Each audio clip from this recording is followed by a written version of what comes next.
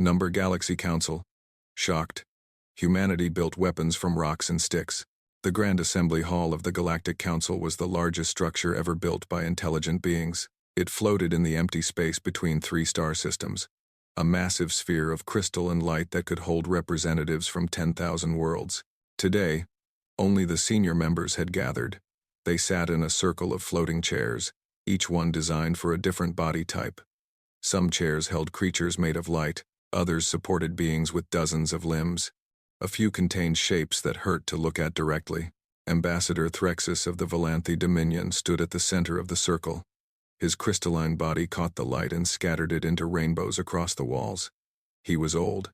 Even by galactic standards, he had seen empires rise and fall. He had voted on the membership of 300 species. None of those votes had prepared him for today.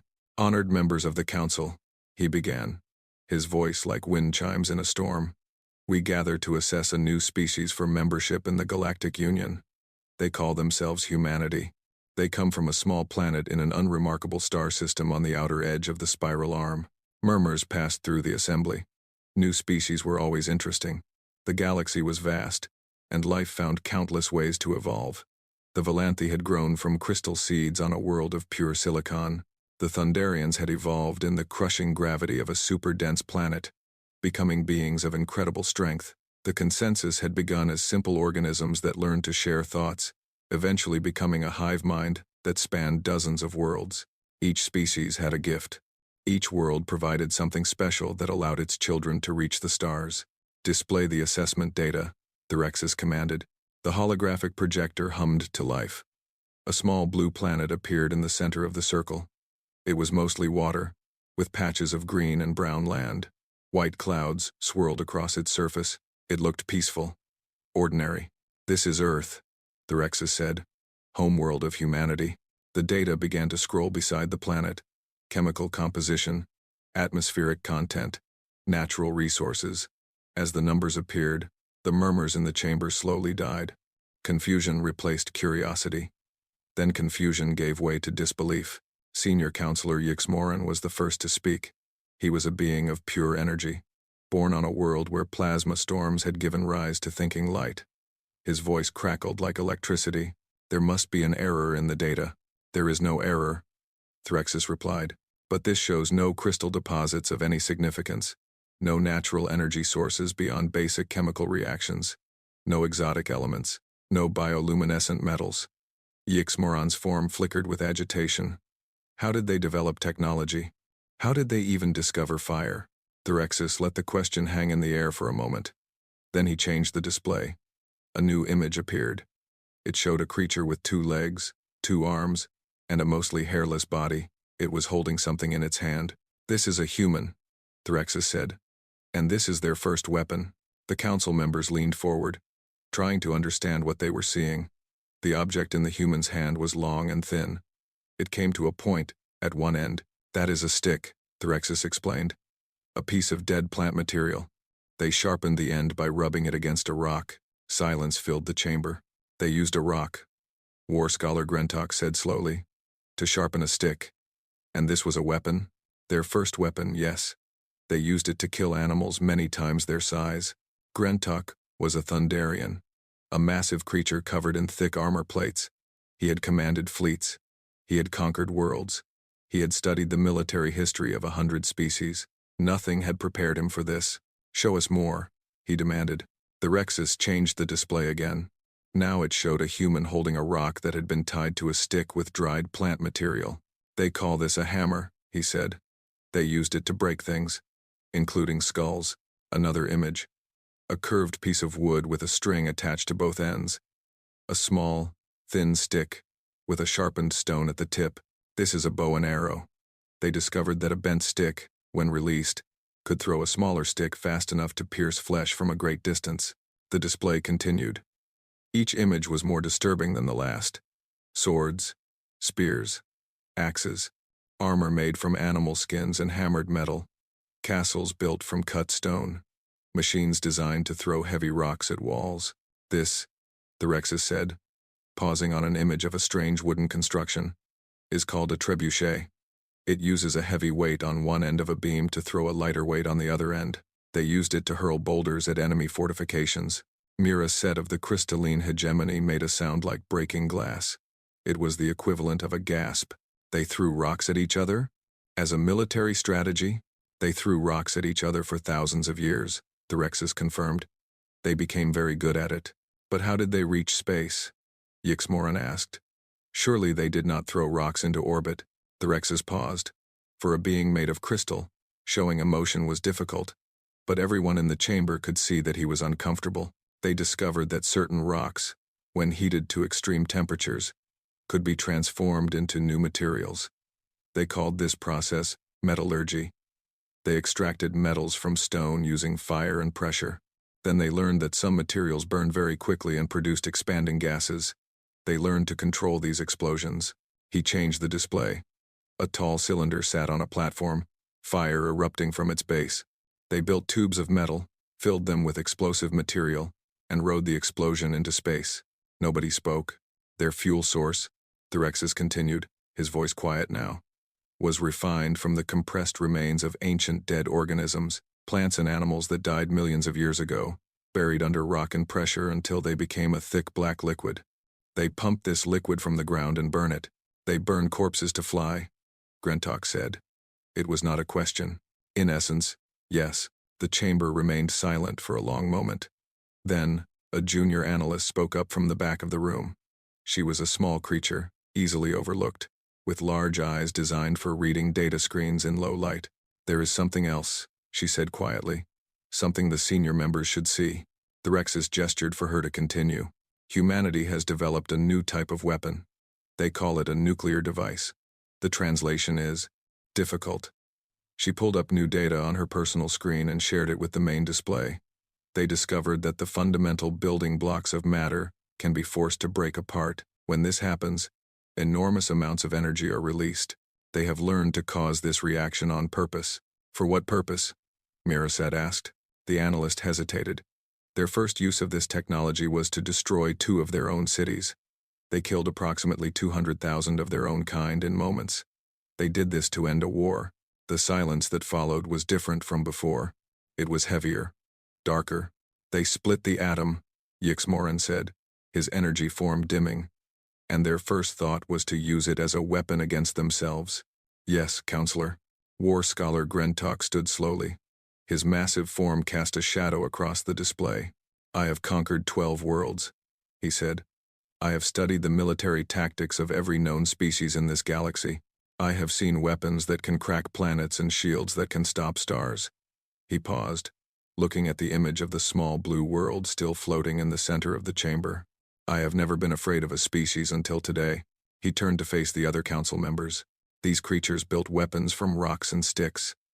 They rode explosions into space. They split atoms and used the power to burn cities. And they did all of this on a world that gave them nothing. His voice dropped lower. Imagine what they will do now that they have access to real resources. The council voted that day to send an investigation team to Earth. It was not a vote born from curiosity or standard procedure. It was a vote born from fear. Somewhere in the spiral arm of the galaxy, on a small blue planet that had given its children nothing, 7 billion humans went about their daily lives. They had no idea that the galaxy had noticed them. They had no idea that the galaxy was terrified. Number: Galaxy Council. Shocked. Humanity built weapons from rocks and sticks. The shuttle descended through Earth's atmosphere on a cloudy morning in Geneva. Inside sat 3 beings who had traveled across the galaxy to answer a simple question. How had humanity survived? Counselor Mirasat pressed her crystalline face against the window. Her species grew their technology from seeds. They planted circuits and harvested computers. The idea of building things by force was strange to her. The idea of building weapons from dead wood was impossible. Beside her sat war scholar Grentok. His thick armor plates scraped against the seat as he shifted his weight. He had spent the entire journey reading human military history.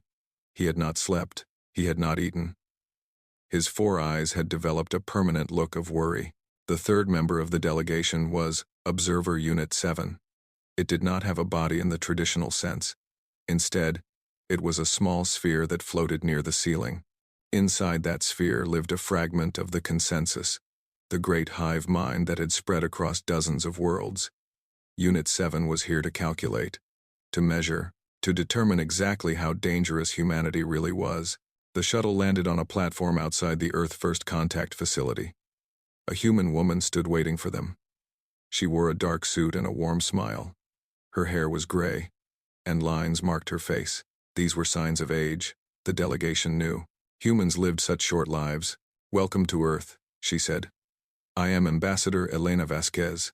I will be your guide during your stay." Grentok stepped forward first. Even hunched over, he towered above the human woman. His shadow blocked out the weak sun. "You are not afraid," he observed. Elena looked up at him. Her smile did not waver. "Should I be? I could crush you with one hand." "Yes, you probably could." Elena gestured toward the building behind her. "Shall we begin the tour? We have prepared a comprehensive overview of human history. I think you will find it educational." The first stop was an underground museum. The walls were lined with glass cases containing objects from humanity's past.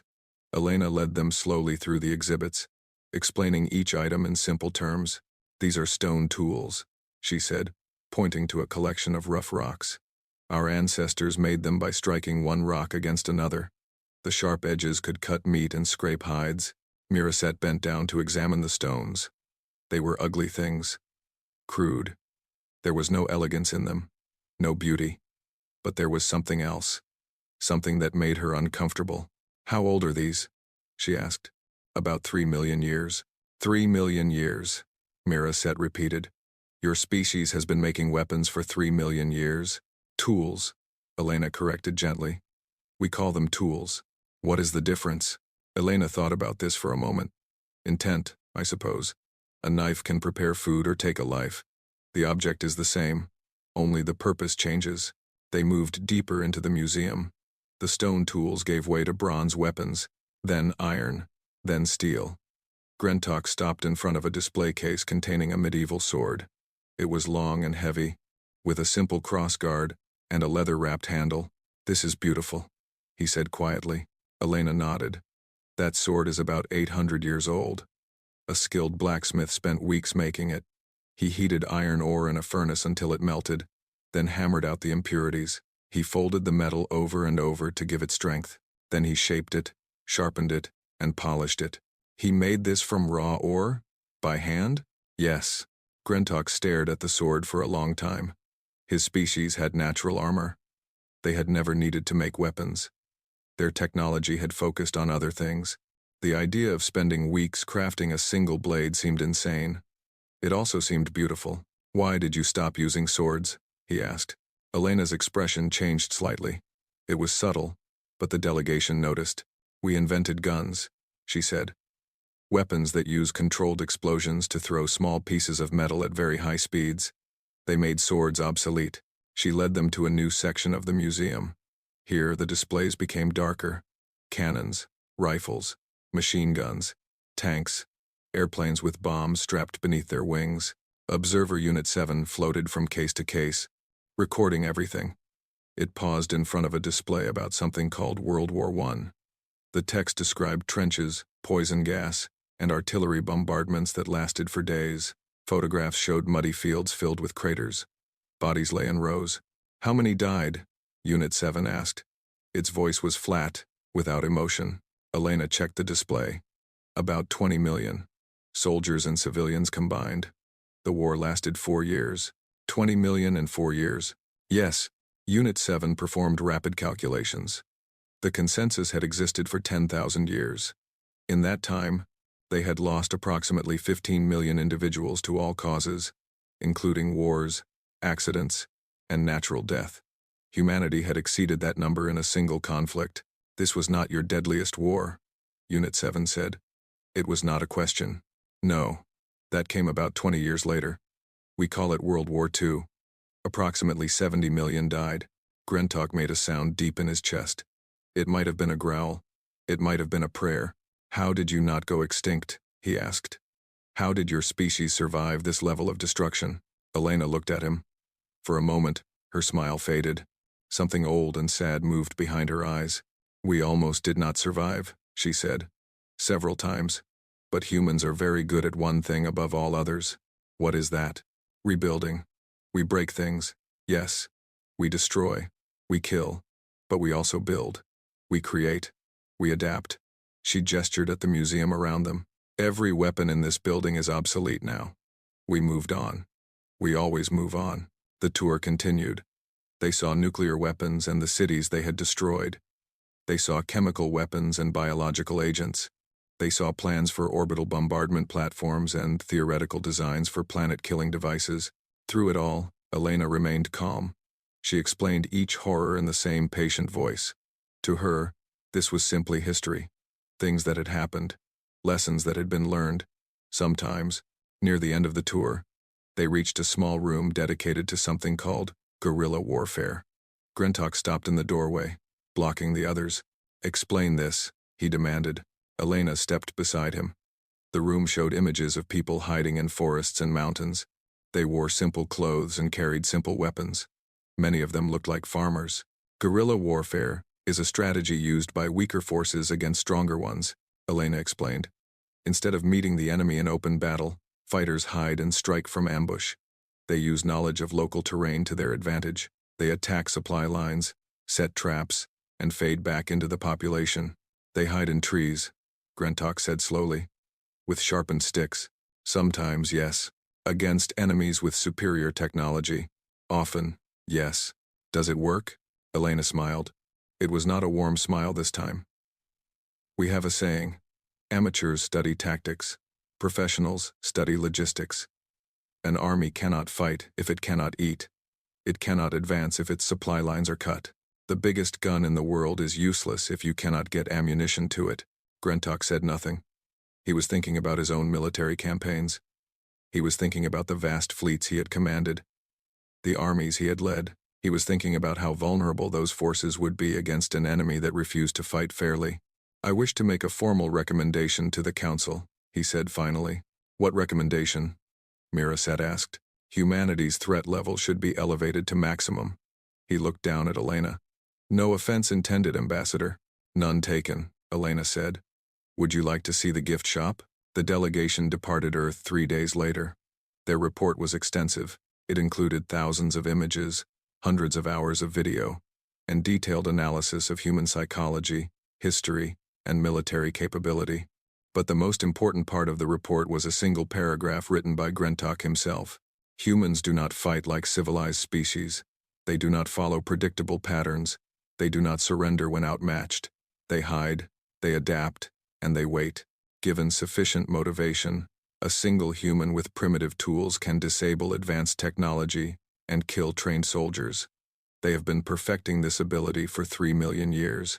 I strongly recommend that the Galactic Council approve humanity's membership immediately. If we make them our allies, they will protect us. If we make them our enemies, they will find ways to destroy us using things we would never think to fear. They are not primitive. They are something far more dangerous. They are creative. The Council received the report. They read it in silence. And for the first time in galactic history, they began to wonder if they were truly the superior species after all. Galaxy Council shocked. Humanity built weapons from rocks and sticks. The Council did not believe the reports. This was not surprising. The reports were unbelievable. A species that built weapons from rocks? A species that considered hiding in trees a valid military strategy? A species that had nearly destroyed itself multiple times and somehow kept going? It sounded like fiction. It sounded like a joke. So the Council demanded proof. They wanted to see human capabilities with their own eyes. They wanted a demonstration. Humanity agreed. Perhaps too quickly. The testing ground was established on a small moon called Calaxis 7. It was a dead rock in an empty system, far from any inhabited worlds. If something went wrong, nothing important would be destroyed. The Council had experience with weapons tests. Sometimes they went very wrong indeed. Representatives from dozens of species arrived to watch. They filled observation platforms that floated high above the test area. Among them were Grentok, Mirasat, and Observer Unit 7. They had seen Earth firsthand. They knew what was coming. The others did not. Ambassador Elena Vasquez stood on the main platform with the senior council members. She wore the same calm smile she always wore. Nothing seemed to bother her. This bothered everyone else greatly. "The rules are simple," announced Thyrexis. His crystalline voice carried across all platforms. "The Thunderian Empire has provided a standard combat drone. This drone has been used in actual warfare. It has proven effective against multiple species across dozens of conflicts." The drone descended into the test area.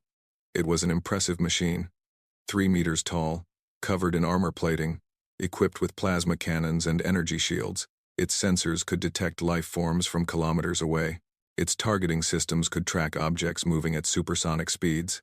It was, by galactic standards, a perfect killing machine. "Humanity may send one soldier," Thyrexis continued. "This soldier may carry only what the humans call primitive weapons.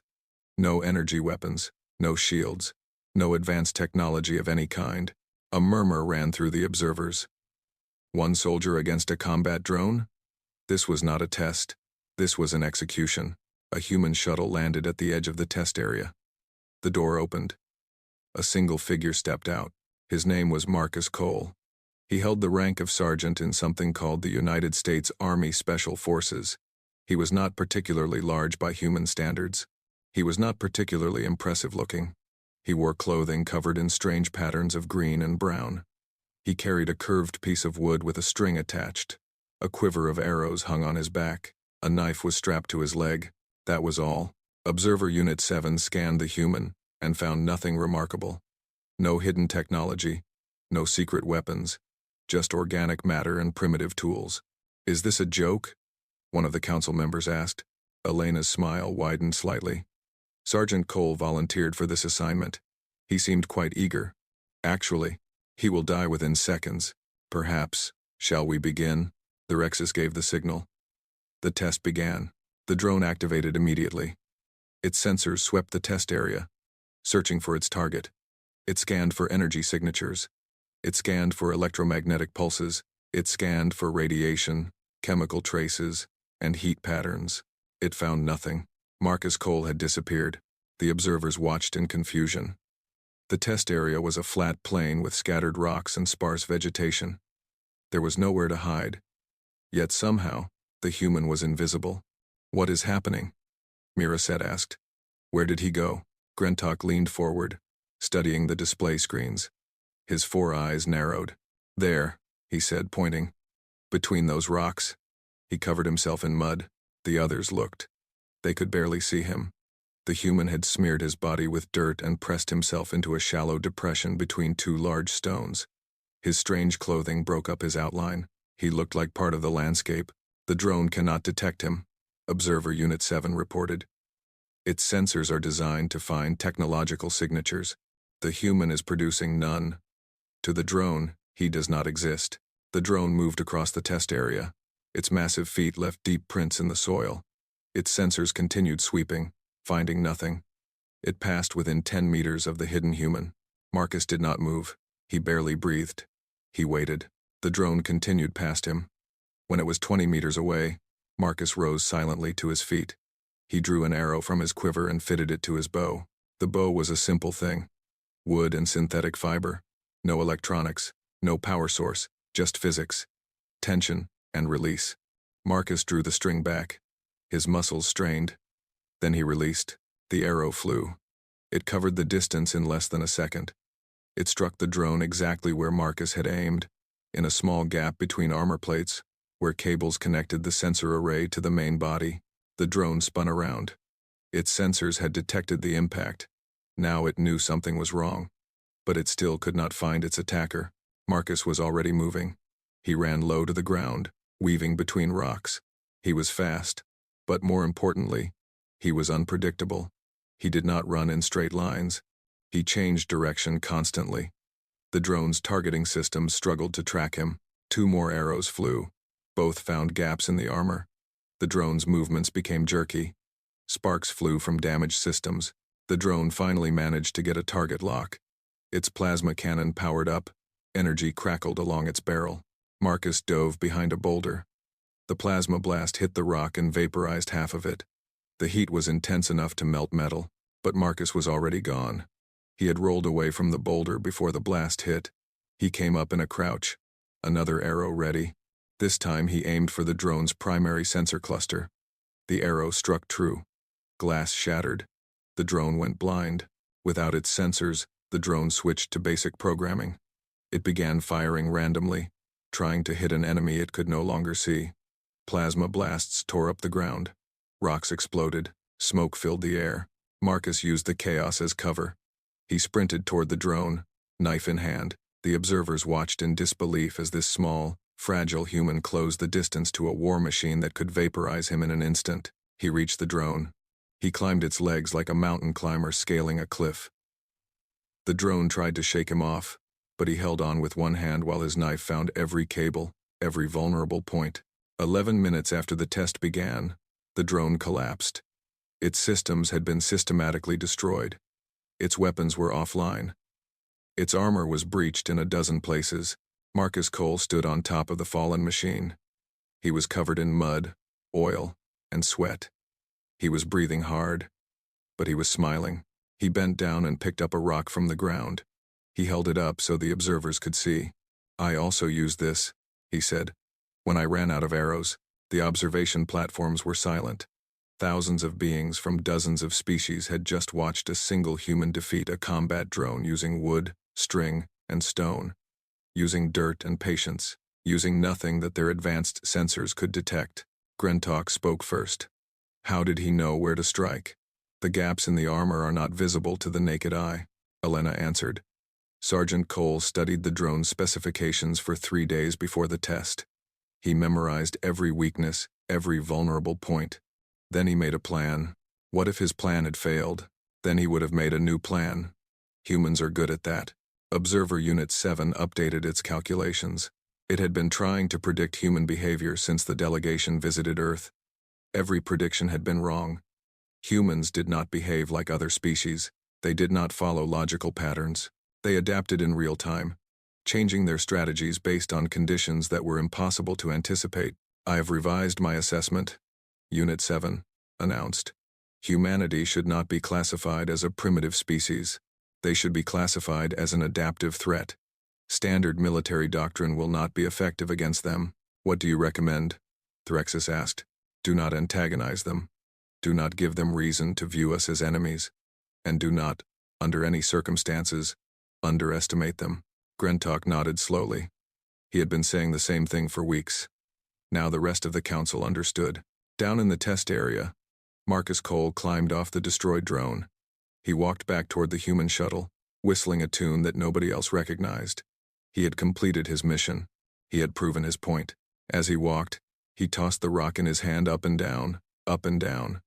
It was a simple piece of stone, worthless by galactic standards, but in human hands, it had helped destroy a war machine. The council voted that afternoon. Humanity was accepted into the Galactic Union. The vote was unanimous. It was also the fastest approval in galactic history. Nobody wanted to give humans a reason to prove what else they could do with rocks and sticks. Galaxy Council shocked. Humanity built weapons from rocks and sticks. 5 years passed. Humanity settled into its place in the Galactic Union like water filling a glass. They spread everywhere, adapted to everything, and made themselves useful in ways nobody expected. They became traders. They became engineers. They became problem solvers. Other species hired humans for one simple reason. Humans could fix anything. It did not matter what was broken. It did not matter if the technology was far beyond human understanding. Given enough time and enough motivation, a human would find a way to make it work again. A Valanthi cruiser lost power to its quantum drive in deep space. The crystalline engineers could not repair it. They did not have the right parts. They did not have the right tools. The ship was stranded. A human engineer named Sarah Chen looked at the problem. She studied the broken drive for an hour. Then, she rerouted power through the ship's food preparation system, used the heating elements from the kitchen to create a makeshift energy bridge, and kicked the drive casing 3 times in a specific pattern. The ship started moving. Nobody understood how it worked. The Valanthi engineers ran calculations for weeks. The math said it should not work, but it did. "What do you call this technique?" the ship's captain asked.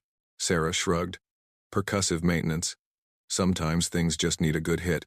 Stories like this spread across the galaxy. Humans became known as the species that refused to accept impossible. If a machine was broken, a human would fix it. If a problem had no solution, a human would create one. They were stubborn. They were creative. They were slightly insane. The galaxy began to relax around humanity. Yes, they were strange. Yes, they had a violent history, but they seemed content to trade and build, rather than conquer and destroy.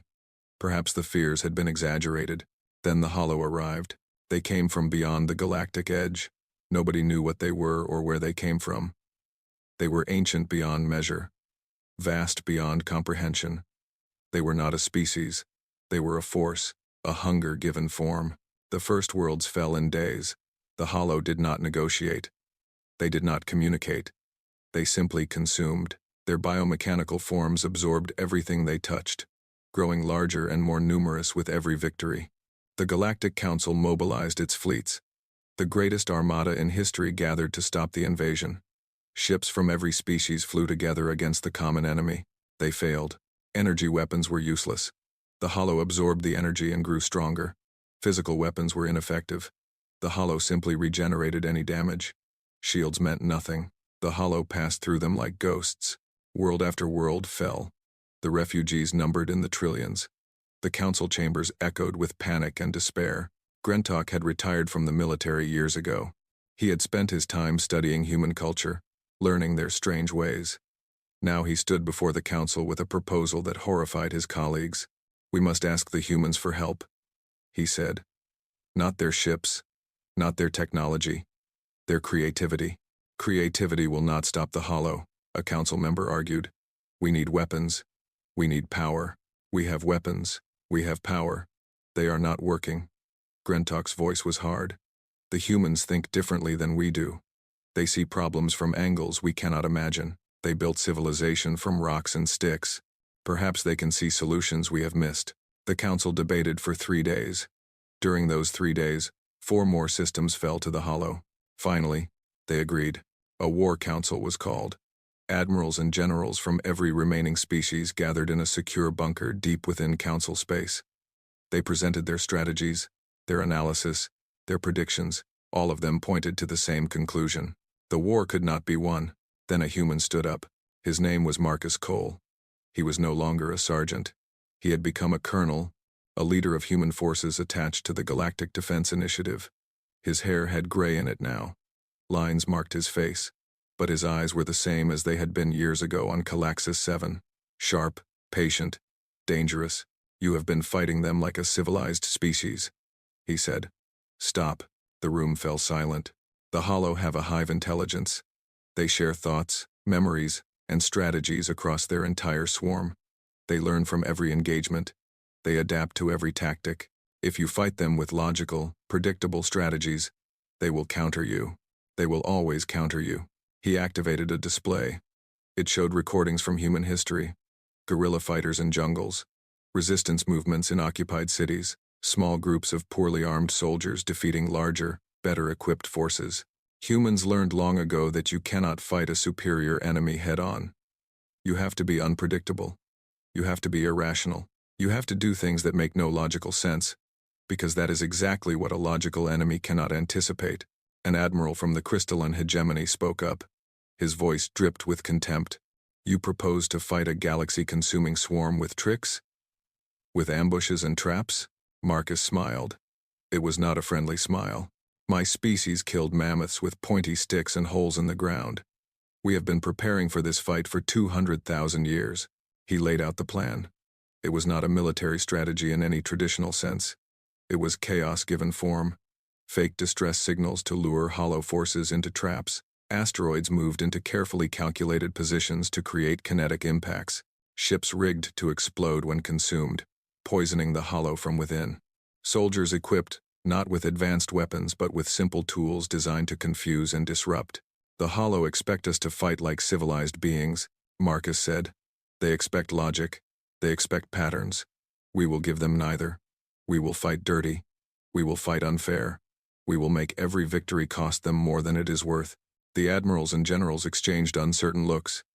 This was not how wars were fought. This was madness, but they had no other options. The first engagement using human tactics took place in the Varus system. A hollow hive ship had been advancing toward an inhabited world. Standard fleets had failed to stop it. The colonists were preparing for evacuation. A human-led task force arrived. They did not engage the hive ship directly. Instead, they broadcast a fake distress signal from a nearby moon. The signal suggested that a massive energy source had been discovered there, something that would make the hollow much stronger. The hive ship changed course to investigate. It was exactly what the humans had predicted. 3 weeks earlier, human engineers had visited that moon. They had planted charges in specific locations. They had calculated trajectories. They had moved asteroids into position using nothing more than small thruster units and patience. When the hive ship approached the moon, the charges detonated. The explosion did not destroy the ship. It was not meant to. The explosion pushed the moon slightly, just enough to change its orbit. The moon crashed into the hive ship at tremendous speed. Both were destroyed. The galaxy watched in astonishment.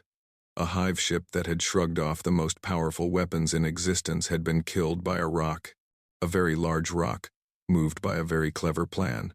But a rock nonetheless. More victories followed. Human tactics spread through the Allied forces. Other species began to learn. They began to think differently. They began to fight dirty. The hollow advance slowed. Then it stopped. Then, slowly, it began to reverse. Observer Unit 7 updated humanity's file for the last time. Under military doctrine, it added a single note that would become famous throughout the galaxy. Unpredictable. Approach with caution. Do not corner. The war was not over. It would last for years more. Many would die. Many worlds would be lost. But for the first time since the invasion began, the galaxy had hope, and that hope had come from a species that still remembered how to kill mammoths with pointy sticks and holes in the ground. Number Galaxy Council. Shocked. Humanity built weapons from rocks and sticks. 20 years had passed since the Hollow War ended. The galaxy was different now. Scarred, but alive.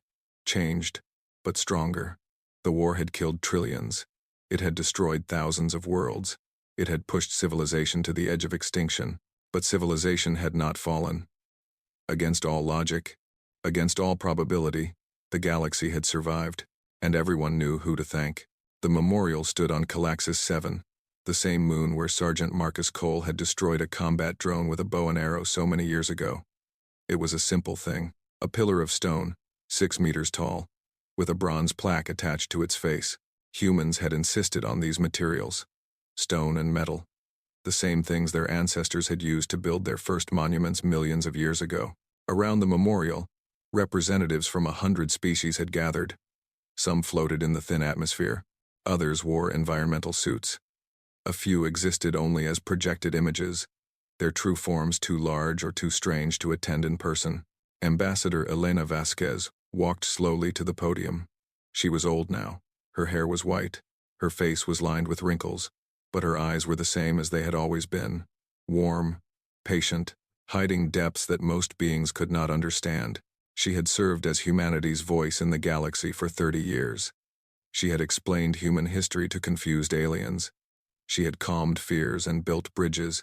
She had watched her species go from terrifying newcomers to essential allies. Now she would give one final speech. "Thank you all for coming," she began. Her voice was carried by translation systems to every being present. "I know many of you traveled great distances to be here. I know this memorial means different things to different species, but I hope today we can share a common understanding." She paused, looking out at the gathered crowd. She saw Valanthe and Thunderians standing together. She saw members of the consensus sharing space with beings who had once been their enemies. She saw young creatures who had been born after the war, who knew the Hollow only as history. When humanity first made contact with the galaxy, we were seen as primitives. Our technology was simple. Our history was violent. We had built our civilization from rocks and sticks while other species enjoyed gifts from their worlds. She smiled slightly. The galaxy looked at us and saw danger. They saw a species that had clawed its way to the stars through blood and fire. They were right to be concerned. We are dangerous. We have always been dangerous.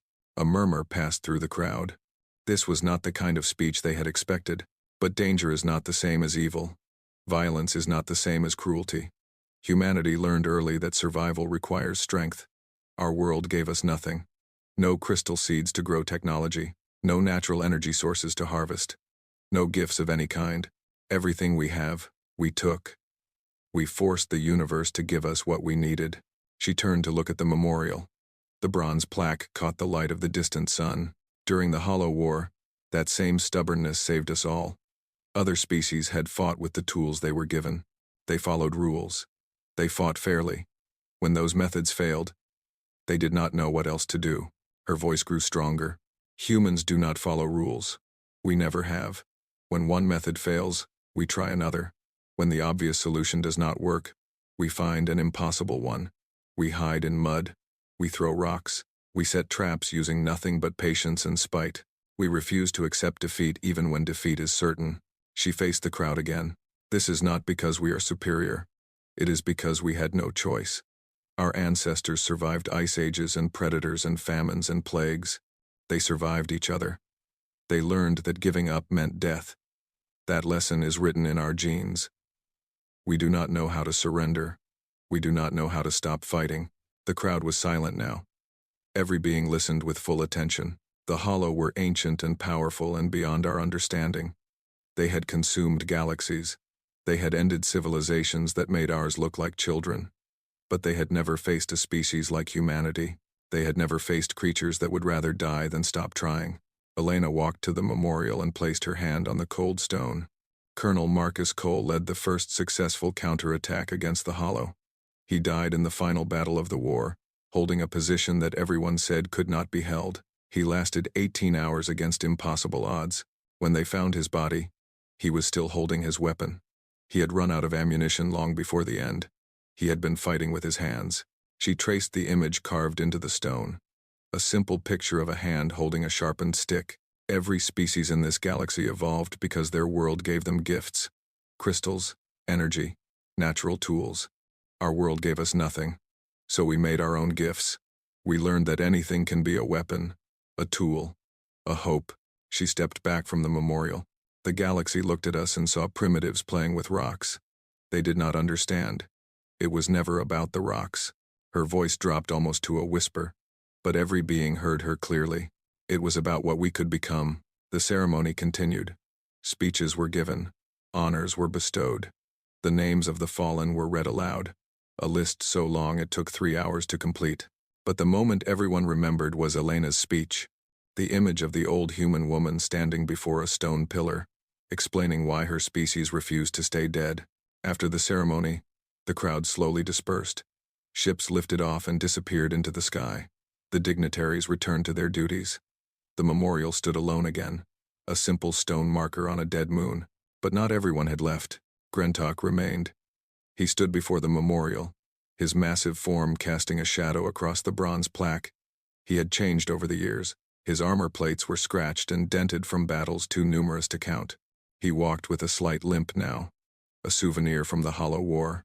He had also learned new things, strange things, human things. In his upper hands, he held a piece of wood. He had been carving it for months, shaping it slowly with simple tools. It was not a weapon. It was a figure, a small human form with arms raised in triumph. He did not fully understand why he had made it. Carving was not a Thunderian tradition. His species did not create art from raw materials. They did not see the point. But working with his hands, forcing the wood to become something new, gave him a peace he had never known. It helped him understand humans in a way that all his studies and observations never had. Creating something from nothing was not just survival. It was joy. He placed the carved figure at the base of the memorial, a small gift for a species that had taught him how to see the universe differently. Then he turned and walked away. Nearby, in a field of gray dust, young aliens were playing.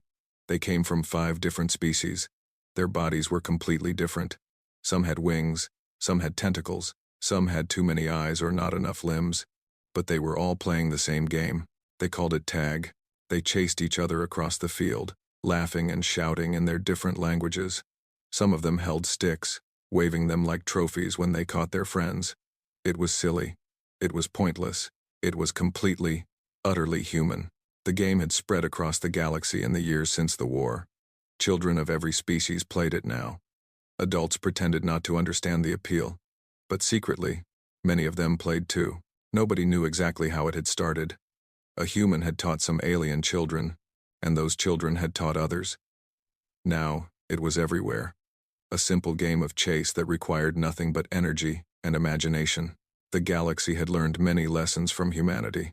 How to fight dirty, how to think creatively, how to refuse defeat, even when all hope was gone. But perhaps the most important lesson was this: survival was not about what you had, it was about what you were willing to do with it. The children kept playing as the sun set over Calaxis 7. Their laughter echoed across the gray landscape, past the memorial, into the endless dark of space. Somewhere out there, billions of humans continued their lives. They built and broke and rebuilt. They argued and loved and dreamed. They reached for stars they could not touch and refused to accept that anything was impossible. They were still playing with rocks and sticks, and the galaxy was grateful.